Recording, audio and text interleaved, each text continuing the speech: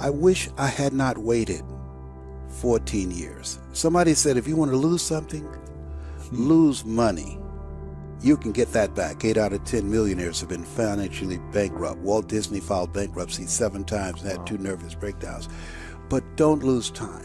There were 14 years I sat on the sideline. 14 years I said, I don't have an investor in me like Tony Robbins. 14 years that said, I don't have an MBA or a PhD, and I can't compete with these guys. I have the complexion of rejection. 14 years I silenced myself. Wow. And so I regret that, because there are some people that maybe if they'd heard my voice, they would not have turned to drugs.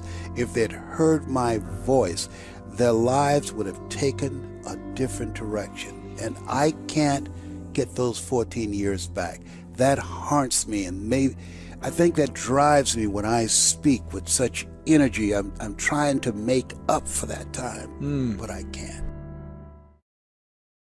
A time of great uncertainty and a time of change that's taking place around the world, and a time when people are feeling a great deal of anxiety and fear and reservations about the future, at a time when people are going to work and don't know whether or not they will have a job when they get off, and not necessarily because of their performance, but because of what's happening in the economy. At a time when there are challenges, more so than ever before, in personal relationships. When we look at what's happening on the crime level and what's happening with our youth, that many times I'm sure that we've all taken time just to stop and reflect. Many times when we hear what's happening in the news or read the newspapers, where's all of this leading to? What's going on here? And so I think that now more than ever, we must begin to look at what are the things that we can do that would put us on some firm footing in life, that will enable us to do some things and use some powers that we have, that many of us go through life never ever discovering that we have those things going for us. And part of that, I believe, is knowing what it is your life worth. What is it that gives your life a sense of meaning and purpose? Because once you find that, it puts you in your power place. See, if you know what your life work is, I encourage you to start working on it. If you can't do it all at one time, do just a little bit of it. And if you don't know what it is that you showed up to do, if you don't know why you're here, I encourage you to find out what your purpose is here. What is the meaning of your life? What will be different? Have you ever asked yourself that question? I've done that. I remember coming from a friend of mine's funeral, and I was reflecting on how much time I had left. And I went for a walk in a park thinking about this guy whose life was so promising. And I mean, he wasn't an old guy. He was quite young, in fact. And I thought about all of the things that he said he was going to do, and he never got a chance to do those things. And I started thinking about my own life and how much time I had left to do the things that I would like to do. And at that time, I wasn't sure what my life purpose was, what my life's work was. I wasn't sure about it at that time.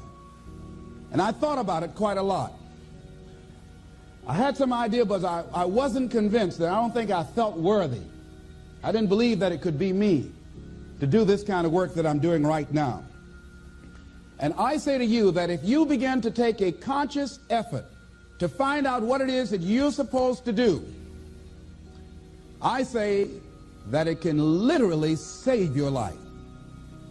I said that it can literally save your life. I was telling a group of people of a study that was conducted. Dr. Larry Darcy, who wrote a book called Recovering the Soul, he said, human beings are the only living species that has achieved the dubious distinction of dying or having a stroke or a heart attack on a certain day. If you ask most people, what would you say the primary cause of why people will have a heart attack or stroke? Many people will say, well, because they smoke cigarettes, or because of high cholesterol, or because of stress, or because of obesity, and all of those things are contributing factors.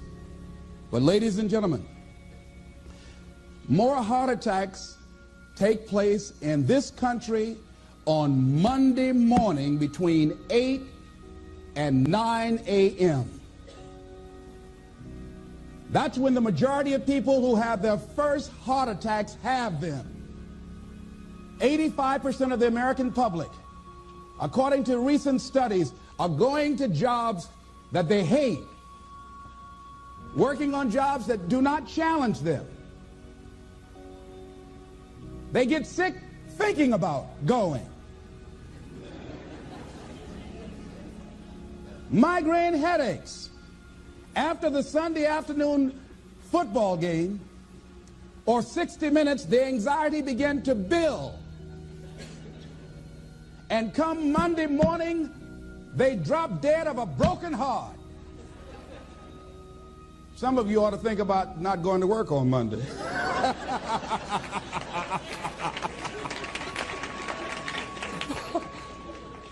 Think about that.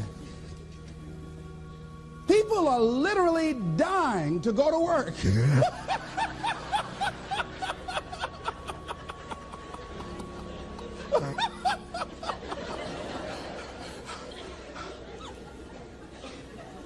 Because, see, when you go to a job and you already know how far you can go, you can already see that proverbial glass ceiling.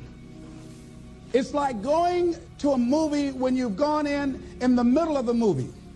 And you've seen the end, and you sit there to start all over again, but something is missing. You know what the outcome is going to be. You can't get excited about going through that movie all over again. Am I correct?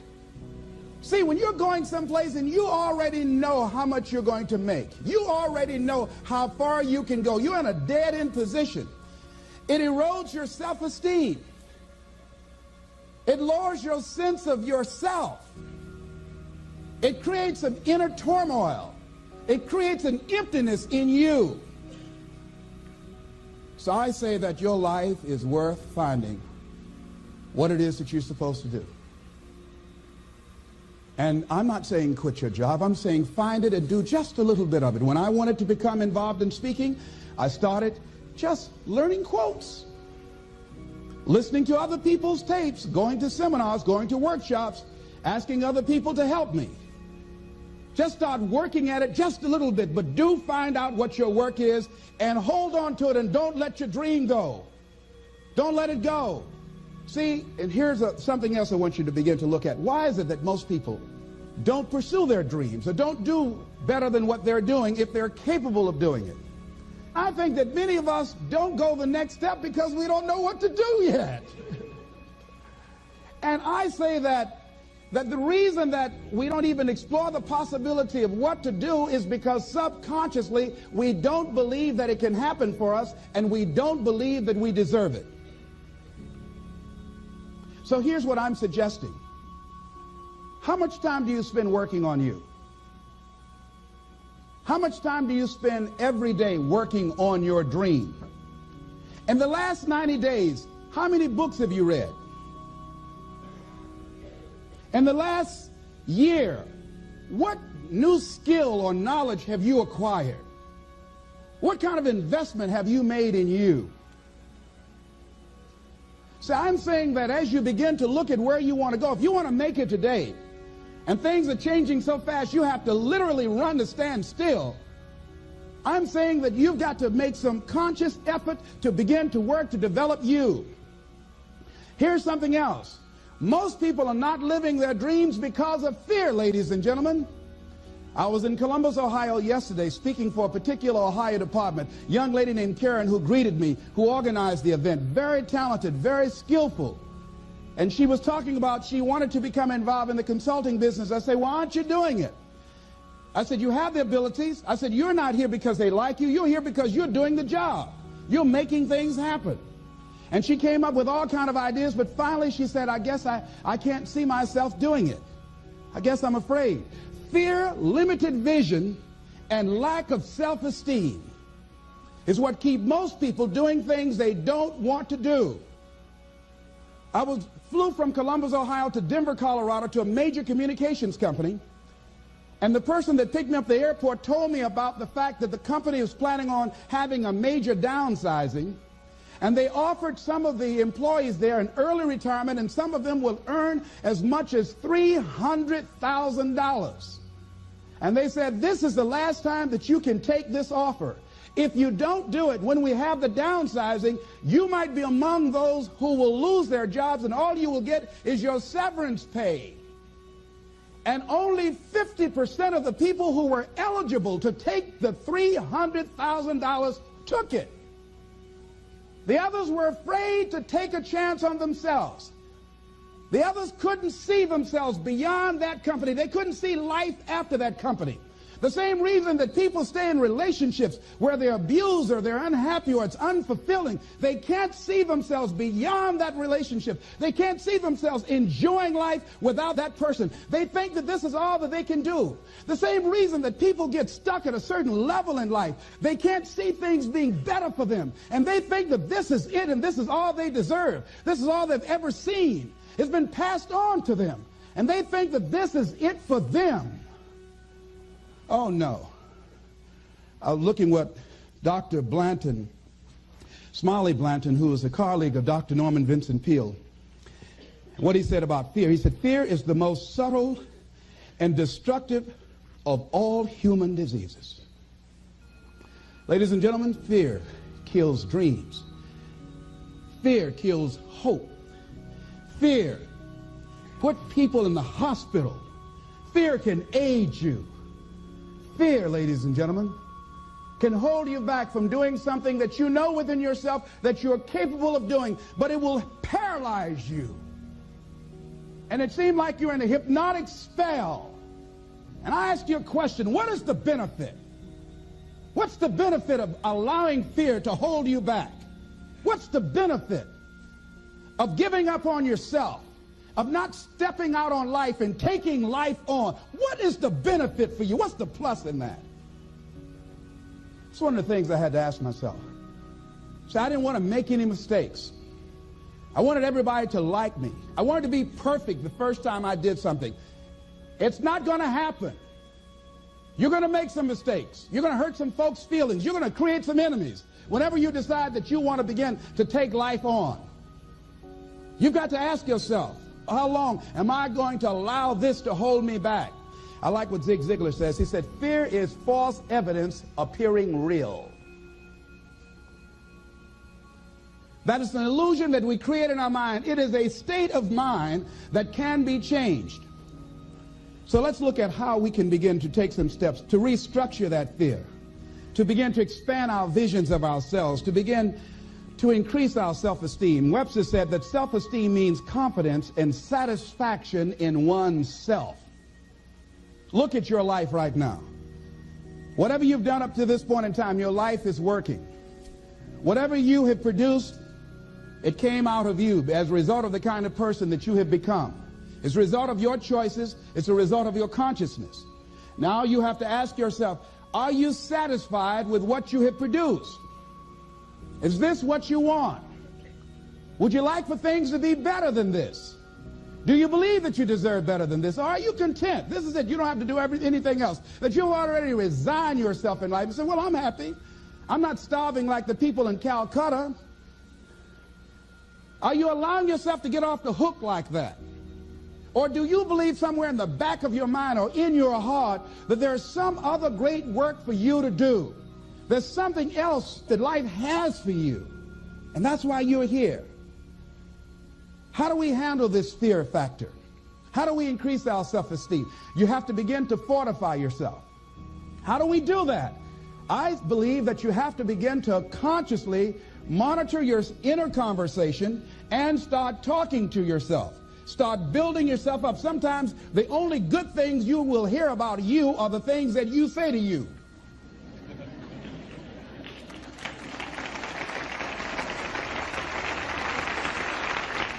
Young lady that was in the audience this afternoon said to me, I told myself yesterday for the first time, I'm proud of me. And she said, I felt good about that.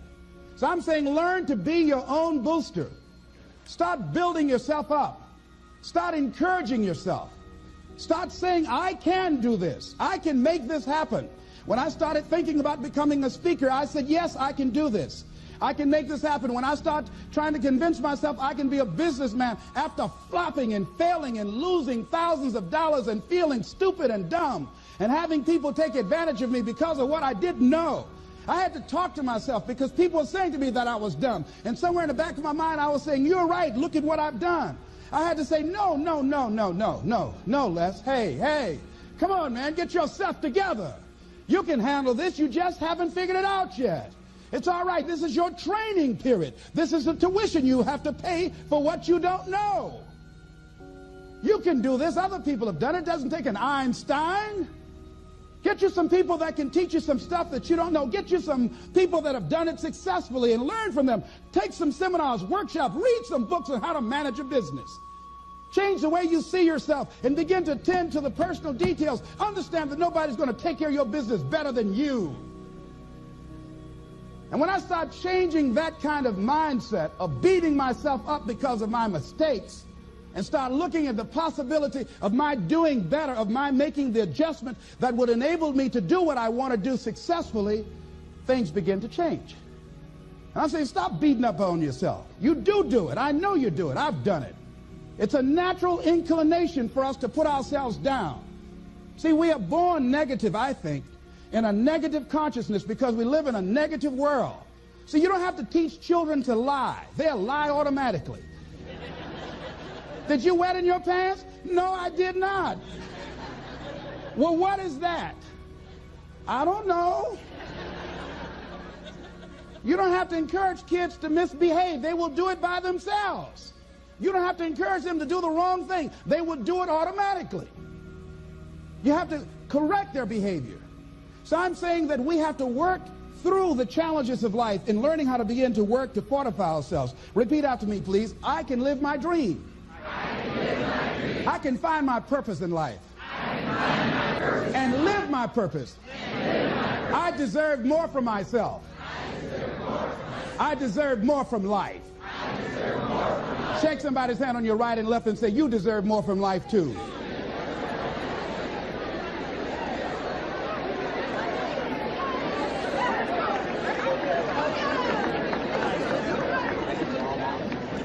Here's some other things, ladies and gentlemen. Begin to guard your mind against negative programming, like turn off the television. Don't watch the news. Don't watch it. I think that more people have a sense of hopelessness and anxiety about life. If you look at the news, you cannot feel good looking at the news. You'll be scared to death. You're scared to go to sleep. I mean, it turns your power down. You've got to be conscious of that. Don't pick up the newspaper and read it. No. Just try this. Just experiment with yourself.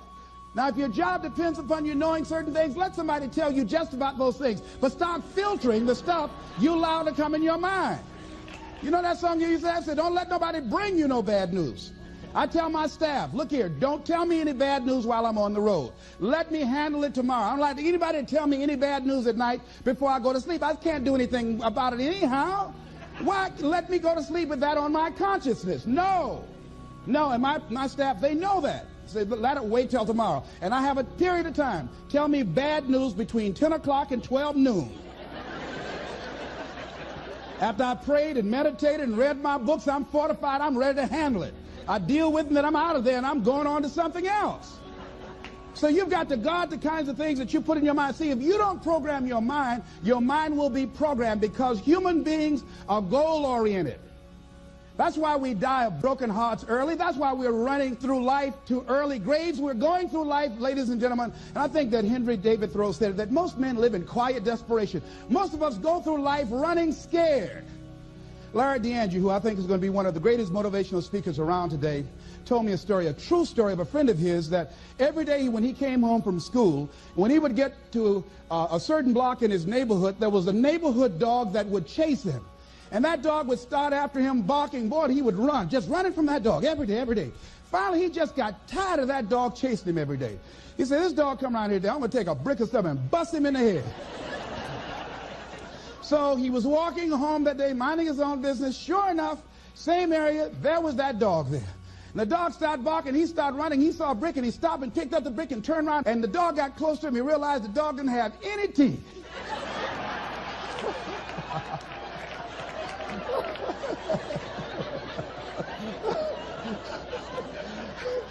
He said he put the brick down and said, "Get on out my way." And ladies and gentlemen, all our lives, many of us go through life running from things that ain't got no teeth to do us any harm.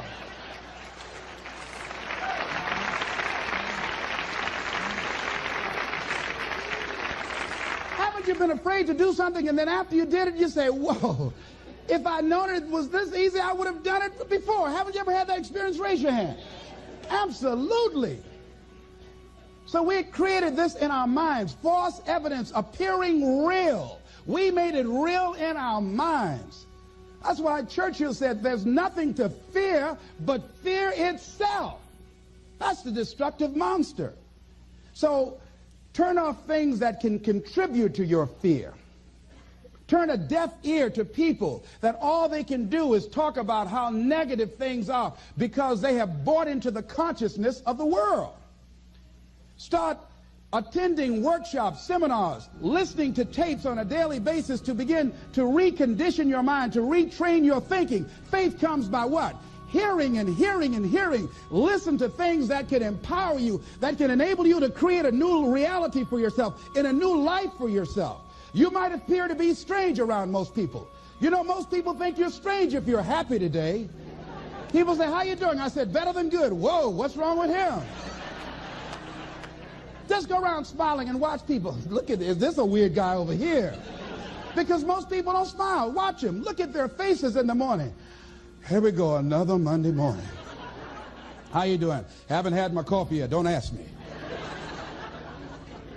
See, these people have not found their purpose in life. That's why they're grumpy. That's why they're miserable. That's why they're so negative. They're hurting and they want to hurt other people. So start practicing using programs for your mind. Seminars, books, workshops. Keep a journal. Record your thoughts. What's happening with you? Every day when you get up, have a journal near you. I use a Jack Boland journal so that I can write down my ideas. I keep it by my bed so I can write down my thoughts. See, ladies and gentlemen, we get 3 to 4 thoughts a year that if we would act on those thoughts, they could change our life. Don't say, "Well, I'll remember that." No, write that thought down. I got a thought today I wrote down. A friend of mine is in the hospital. His morale is low. They're talking about amputating his foot. He's got to feel very bad. So I said, you know, I'm not only am I going to see him, but I can't be there with him all the time. I said, I'm going to create a tape for him that he can listen to that will heighten his level of morale. We told him the other night, "Don't go to surgery. You are depressed. Your energy level is down." No, tell him not now. Don't do it now. In fact, most doctors who have any sense of awareness don't perform surgery on patients that are in a state of fear, that don't think they will make it. They wait till they're in a different state of mind. So I said, what about making tapes for people that are facing physical challenges? I said, that's a good idea. All right?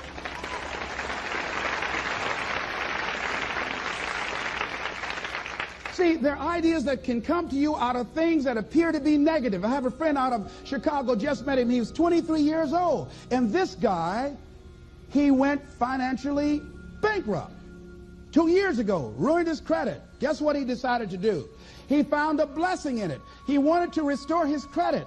It was very challenging, very difficult. And he realized that a lot of other people during these particular times are ruining their credit. So now he started a credit repair business. Last year he earned over $100,000 helping people to restore their credit. I met a young lady who attends this church, that she was at her father's funeral and she was putting flowers on her father's grave, and she looked around and saw the other grave sites.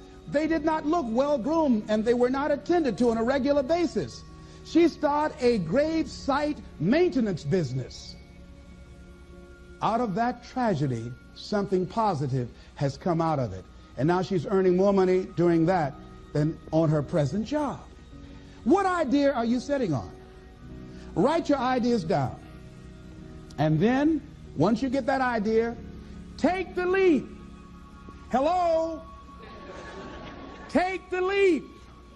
See, a lot of people get the ideas and just walk around with them. Have you ever had an idea and all of a sudden you looked around and somebody had that idea and gone with it? Think you're going to be going with my hospital idea. Forget that, buddy. We will be out there together, Jack. Take the leap. See, it's out here in the universe. If you don't take the plunge, I guarantee you, somebody else will. Take the plunge. Go into action. And ladies and gentlemen, you will be surprised at how things will come together. You'll be surprised. Now, you're going to have some difficult challenges. I can tell you that now. Be aware of that. Things are not going to work out exactly right. For a time they will, sometimes. And that's when life is just playing a game with you. I want you to feel good and relax. And then after a while, say, okay, the honeymoon's over now. And then life will come over there and slap you side the head.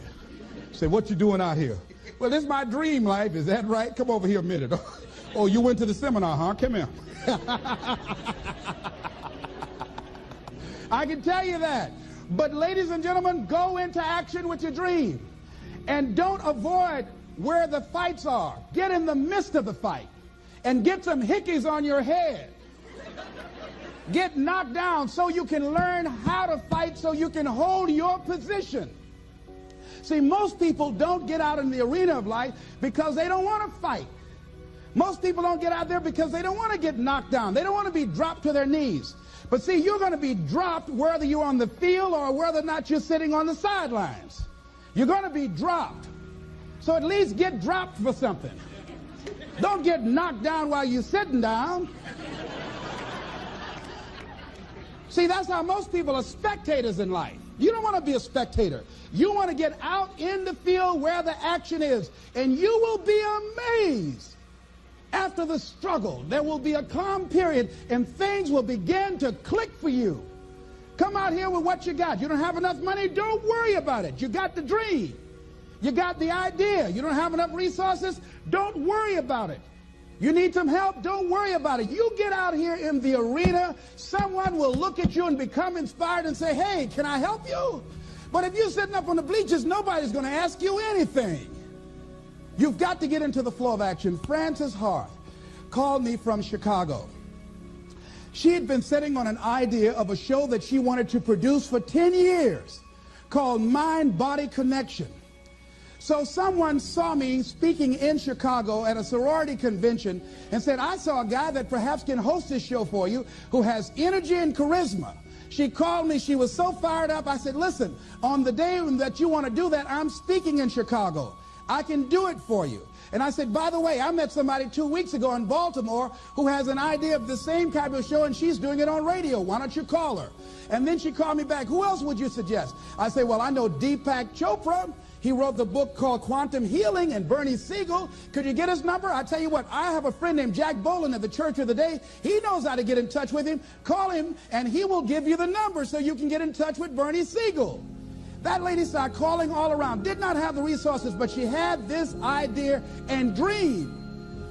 And she said the other night when she came before the audience that had gathered in the studio, she said, I feel like I've been pregnant for 10 years. And tonight you're going to witness a beautiful delivery. And it was. She said, I couldn't believe, Les, how things began to happen, how it all began to come together. And how many of you ever started on some dream and you didn't have all your stuff together, but you just went out there with nothing but faith, and things began to happen for you? Raise your hand if you know what I'm talking about. Ladies and gentlemen, those hands up there, it's proof. The proof is in the pudding. These people have demonstrated it. And if they can do it, you can do it.